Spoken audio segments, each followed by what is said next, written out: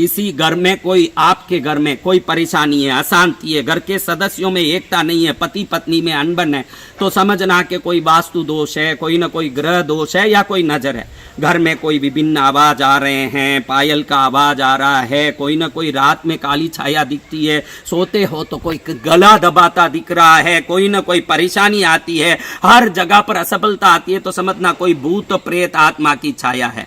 कोई भी काम करने जाओ उसमें असफलता होता है, कितना भी मेहनत करो नौकरी में तरक्की नहीं होती, कितना भी काम करो व्यापार में उन्नति नहीं होती, तो समझना कोई न कोई तंत्र मंत्र का बंधन से घर बंधा हुआ है। कितनी भी पूजा करो, कितनी भी सेवा करो, देवताओं की तरफ से कोई आशीर्वाद नहीं मिलता दिख रहा है, तो समझना कि घर के देवता बंधे हुए हैं। इन सभी क्रियाओं के लिए मैं अब जो एक छोटी सी क्रिया बता रहा हूं, दुनिया के किसी तांत्रिक के पास जाने की जरूरत नहीं, किसी मांत्रिक के पास जाने की जरूरत नहीं, और कभी पैसा देके कोई भी प्रकार की क्रिया मत कराना, क्योंकि पैसा देने की इच्छा रखता है वो भी लोभी है, पैसा लेने की इच्छा रखता है वो भी लोभी है। लोभी का कल्याण कभी नहीं कर सकता। इसलिए आप जब भी अपने जीवन में श्रेष्ठता चाहते हो, अपने गुरु के द्वारा, अपनी भक्ति के द्वारा, अपनी ईश्वरीय कृपा के द्वारा ही समाधान की कोशिश करो, बाकी किसी में जाने की जरूरत नहीं है। ऐसी कई चीजें प्रकृति में बताई है जिन चीजों के उपयोग से आप दुनिया के सबसे बड़ी समस्याओं का हल कर सकते हैं। उन चीजों में कुछ चीजों को आज हम देख रहे हैं, वो छोटा सा उपाय मैं जो बता रहा हूं, ये कोई भी घर का गृहस्थी कर सकता है, पुरुष कर सकता है, स्त्री कर सकते हैं, कोई भी व्यक्ति कर सकते हैं। इसको करने के लिए कोई उम्र का भी कोई कायदा नहीं है, इतना है कि आप साफ सुथरे ना करके ये विधि करें। इसको करने मात्र से उसी दिन घर में रही हुई प्रेत आत्माएं, भूत आत्माएं भागेगी और किसी भी प्रकार का नजर, जादू टोना, मंत्र तंत्र हो भाग के ही रहेगा। आपके व्यापार में, परिवार में उन्नति होके ही रहेगी, घर में एकता रहेगी, शांति रहेगी, सुख रहेगी, समृद्धि रहेगी, भारत समृद्ध बने। इसका सब नींव इस प्रयोग में निश्चित है। तो आपको ये क्रिया बता रहा हूं, अच्छे से देख लें। इसीलिए मैंने इस क्रिया के उपयोग में आने वाले चीजों को भी बताने का प्रयास किया है कि आप अच्छे से समझ लें, क्योंकि विधि में गलती नहीं होनी चाहिए। तो आप एक शुद्ध नया मटका, ऐसा इससे बड़ा हो आपकी खुशी, इतना कम से कम होना चाहिए, ऐसा मटका लें। वो रविवार के दिन खरीदें। इस मटके को आप रविवार के दिन ऐसे एक मटका खरीदें। इसको खरीदने के बाद ये देखिए, मैं बरास कई दीपक के प्रवचनों में, अन्य प्रवचनों में बरास बताया। कई लोग पूछते हैं बरास क्या होता है, बरास क्या होता है। मुझे मत पूछो, आप दुकान में जाके पूजा सामान मिलता है, वहां बरास दीजिए, पूछिए, वो देंगे। आप हर चीज के लिए मैसेज करते मत रहो, यहां से कोई जवाब देने वाला नहीं है। आप बढ़िया से दुकान में, पूजा दुकान में जाइए और जाकर के बरास कपूर मांगिए, क्योंकि कपूर जो आजकल आता है ये 100% केमिकल आता है, और ये केमिकल वाला कपूर जब आप जलाओगे तो उसका केमिकल निकल करके वातावरण में जो प्रभाव करना चाहिए वो कभी नहीं करता। इसलिए घर में आरती वगैरह में भी कपूर जलाते हो तो ये बरास कपूर ही लाके जलाइए। सादा कपूर तो मात्र केमिकल का डला है और कुछ नहीं है। आप दुकानों में, पूजा दुकान में बरास पूछ के देखिए, वो 100% देंगे। भरपूर थोड़ा सा बरास ले लीजिए, नीचे डाल दीजिए। अब इसको, बरास को आप डालने के बाद ये देखिए, ये दुकानों में, उसी पूजा के दुकान में जाके नवग्रह की लकड़ी बोलेंगे तो ये चीजें पैकेट देंगे। वो क्या है आपको देखने की भी जरूरत नहीं, मैं तो खाली आपके नॉलेज के लिए बता रहा हूं कि आप समझ लें। तो राहु के लिए देखिए दुर्वा, शुक्र के लिए गूलर, बुध के लिए लठ जीरा, गुरु के लिए पीपल, केतु के लिए कुश, सूर्य के लिए मदार, शनि के लिए समी, चंद्र के लिए पलाश, मंगल के लिए खेर। ये नवग्रहों की 9 लकड़ियां हैं। कपूर डालने के बाद उसके अंदर इसमें ये डाल दें। अब इसको जलाना चालू कर दें। एक माचिस लें, श्वास को अंदर खींचते हुए जला दें। श्वास अंदर खींचे, माचिस से इसको जला दें।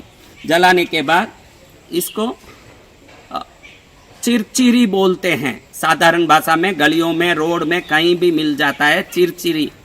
ये चिरचिरी का जो झाड़ है ये सूखा हुआ, बिल्कुल फटाफट जल सके ऐसा, औषधि के दुकानों में मिलता है। इसको अपामार्ग भी बोलते हैं। आप यूट्यूब में, गूगल में कहीं भी जाके अपामार्ग सर्च करेंगे, अचीरेंथस एस्पेरा बोलते हैं, इसका बोटेनिकल नेम है अचीरेंथस एस्पेरा।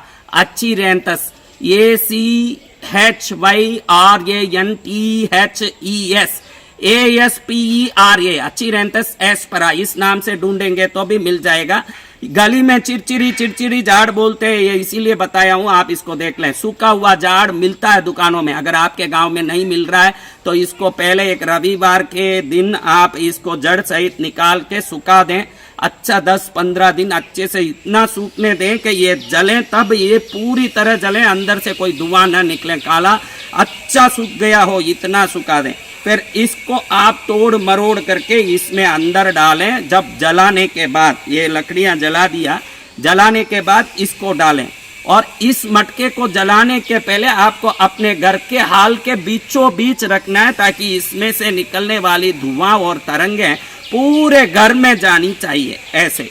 फिर इस चिड़चिड़े को डालने के बाद आपने पहले क्या किया, मैं अच्छे से आपको बताया। पहले आपने थोड़ा ये बरास डाल दिया, भरपूर डाला, ताकि अच्छे से सब चीज जल सके, कोई कच्ची न रह जाए। जो चीज अंदर डाल रहे हैं वो पूरी की पूरी जलनी चाहिए, इतना कपूर डालना पड़ेगा। आप इस चीजों को उपयोग करने में कभी चिंता मत करना। अगर आपके घर में कोई प्रकार की नेगेटिविटी नहीं भी है तो भी आप इस क्रिया को करो। उसके बाद अभी जो समृद्धि है उसमें अनंत गुना समृद्धि होगा, क्योंकि ये जो अपामार्ग जिसको बोलते हैं, ये समृद्धि को खींचने में, सुख धन एकता को खींचने में, दुष्ट शक्तियों को भगाने में मास्टर कहा जाता है, चक्रवर्ती कहा जाता है। ये तंत्रों का राजा है। दिवाली के दिन अगर इसको लेके सिर पर घुमा के कोई फेंक देता है तो दुनिया की कोई शक्ति उसको कभी नहीं हरा सकती, इतनी ताकत वाली ये अपामार्ग है। इसको आपने जलाने में डाला। उसके बाद ये लाल गुंजा, ये लाल गुंजे को आप देखें दुकानों में मिलता है, ये भी औषधि के पूजा सामान के दुकान में लाल गुंजी बोलो, चिरमी बोलो, ये मिलता है। इसकी कोई माला बना के 108 मणियों की पहन भी ले तो वो माला पहनने वाले की दरिद्र दशा, दरिद्र योग समाप्त हो जाती है और संपत्तियों का मालिक, सुख का मालिक बन जाता है। ऐसा एक चिरमियों का ये दिव्य लाल गुंजा आप लेकर के वो जलते हुए अपामार्ग के ऊपर डाल दें। इसको भी अच्छे से जलाएं। अगर आपको लगे कि कपूर कम पड़ गया, सही नहीं जला, तो आप ऊपर से भी कपूर डाल के वापस जला सकते हैं, लेकिन अंदर वाला मसाला बिल्कुल जल जाना चाहिए। जब ये धुआं निकलेगा, ये तरंग निकलेगा, कपूर के ऊपर नवग्रह की लकड़ियां, इस लकड़ी के ऊपर ये चिरचिरा यानी अपामार्ग का झाड़ सूखा हुआ बिल्कुल एकदम, और उसके ऊपर ये लाल गुंजा, चिरमी लाल गुंजा, इसको जलाने के बाद ये धुआं घर में पूरी रात जाने दीजिए। रात भर उसको वहीं रहने दीजिए, इस मटके को, ताकि वो तरंग पूरा घर के हर कोने में, बेडरूम में, बाथरूम में, डाइनिंग रूम में, हर जगह पहुंचे, हर दिशा में पहुंचे। ये होने के बाद उस मटके को अगले दिन निकाल के इस भस्म को घर के बाहर आपके दीवार पर चारों तरफ ये भस्म को डाल दें और इस मटके को ले जाके पानी में विसर्जित कर दें। इस क्रिया को हर रविवार को 5 बार करें या 1 बार करें, ये एक ही बार करें तो भी कैसा भी भयानक शैतान भूत हो किसी घर में वो भी निकलेगा, किसी भी प्रकार का डोरा टोटका टोना हो वो भी निकलेगा, किसी प्रकार का नजर जादू हो वो भी निकलेगा, वास्तु दोष हो तो वो भी निकलेगा। कहने का मतलब है कि दुनिया की किसी भी प्रकार की नकारात्मक शक्ति हो, उस शक्ति को इस क्रिया के बाद भागना पड़ेगा और भागेगा, ये देश श्रेष्ठ बनेगा और बनना है। इसलिए इस क्रिया को अगर आप सोचते हो कि मेरे घर में ऐसा कोई तकलीफ नहीं दिखता है, फिर भी करो आप, क्योंकि जिसके घर में कोई भी प्रकार का तकलीफ नहीं दिखता उसकी समृद्धि को अनंत गुना बढ़ाने में भी ये क्रिया सहायक है, और किसके घर में तकलीफ है तो उस तकलीफ को दूर करने में भी सहायक है। ऐसे सहाय करने वाले सभी वस्तुओं को भी मैं धन्यवाद करता हूँ। लाल गुंजा को, अपामार्ग को, ये नवग्रह की लकड़ियों को, बरास को, जो अद्भुत वस्तुएं हैं। मैंने बताया भी है कि अगर अपने पूजा घर में बरास को खाली इतना भर के आप कहीं अपने पूजा घर में रख देते हैं तो भी आपका घर में ये बरास रखने के बाद समृद्धि बढ़ता है। ये लक्ष्मी का चिन्ह है बरास, ये नवग्रह की लकड़ियां, एक एक लकड़ी में, दूर्वा में, कुश में, समी में, मदार में, पलाश में, ये सभी लकड़ियों में एक एक प्रकार की ऐसी तरंगे हैं, वाइब्रेशन है, जो विभिन्न शक्तियों को आकर्षित करके दुष्ट शक्तियों को भगाती है। इस दिव्य वस्तु को, अपामार्ग को, लाल गुंजा को डाल के जला के पूरे घर को पवित्र करें, सौभाग्यमय करें, सर्वोत्तम करें, सर्वश्रेष्ठ करें और जीवन को सफल करें।